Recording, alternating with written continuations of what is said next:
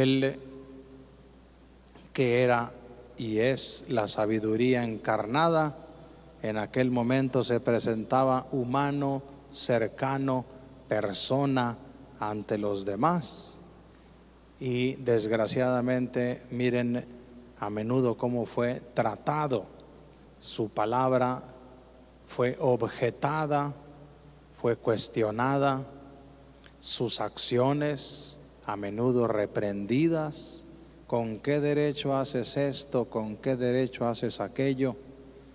Y lo peor todavía, aquellas multitudes que le seguían, muchos de ellos interesados porque les curaba sin tener que ir al templo, que era una obligación entonces, y pagar un impuesto, o les daba de comer o les perdonaba los pecados gratuitamente. Quisieron aprovecharse de él de una manera vulgar, de una manera vergonzosa. Miren qué contraste este trato al Hijo Eterno de Dios en medio de nosotros con la primera lectura. Allí en el libro del Éxodo se nos narran las hazañas del pueblo de Israel con sus guías, Moisés y Josué.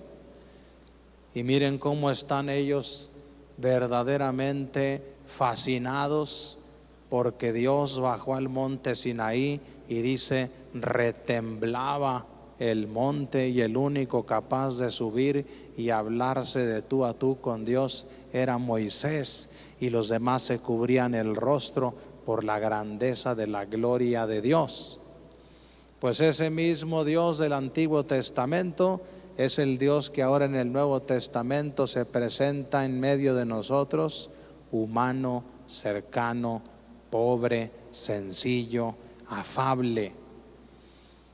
Y de pronto muchos creen que eso es poca cosa, en vez de valorar lo que significa que Dios haya querido acercarse a nuestra humanidad por el único camino que había, haciéndose también Él humano.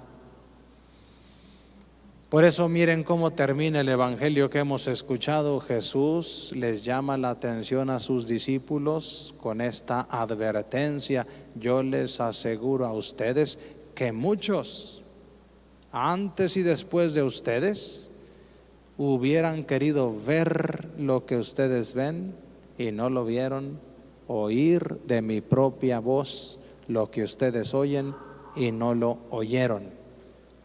¿Cuántos hubieran querido conocerme personalmente? Y ustedes, los hombres de esta generación que me conocen personalmente, a menudo me han tildado de loco, de endemoniado o de un rebelde contra el pueblo y sus instituciones.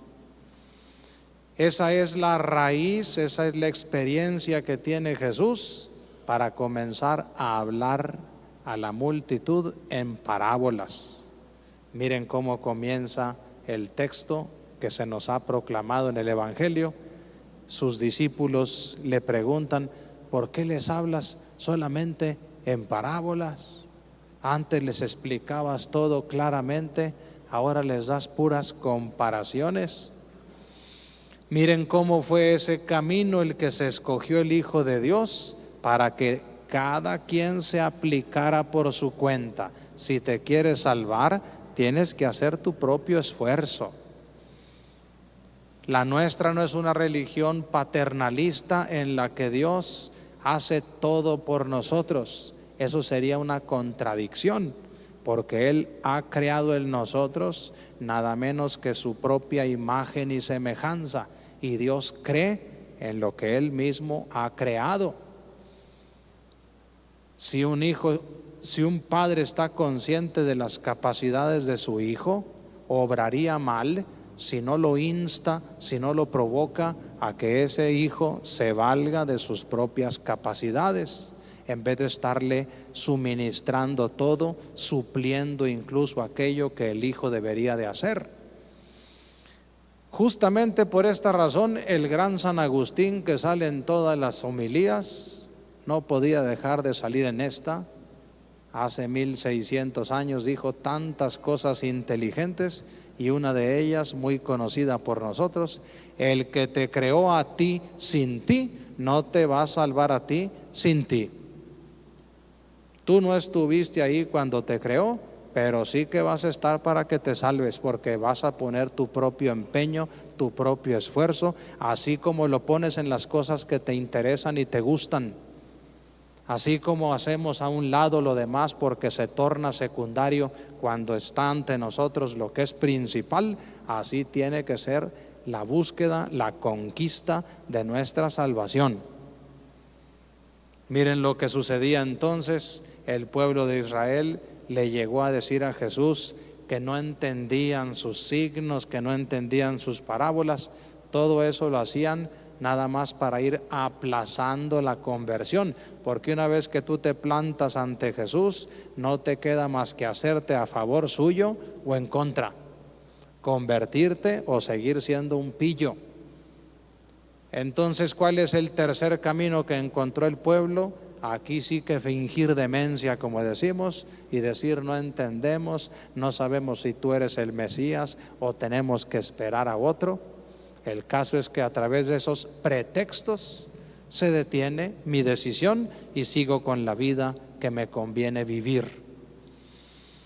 Hermanos, que el Señor nos abra siempre los ojos del alma y nos haga caer en la cuenta cuán dichosos somos porque nacimos de este lado de la salvación, no antes de Cristo, porque nacimos 2000 años después de la venida de Jesús y hay tantos recursos, tantos caminos espirituales para salvarse, tantos ejemplos de santas, de santos, tantos avances en la iglesia.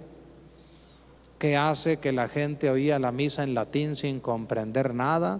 Ahora se habla en la lengua de cada nación y de cada región y hasta de cada etnia indígena, porque Dios quiere acercarse a la vida de todos. Pidámosle que no andemos con pretextos, aplazando nuestra conversión, que valoremos lo que significa que Dios nos haya querido hablar a través de la persona de su Hijo y que cambiemos siempre nuestra vida a raíz de su palabra. Vamos a pedírselo en oración, pongámonos de pie.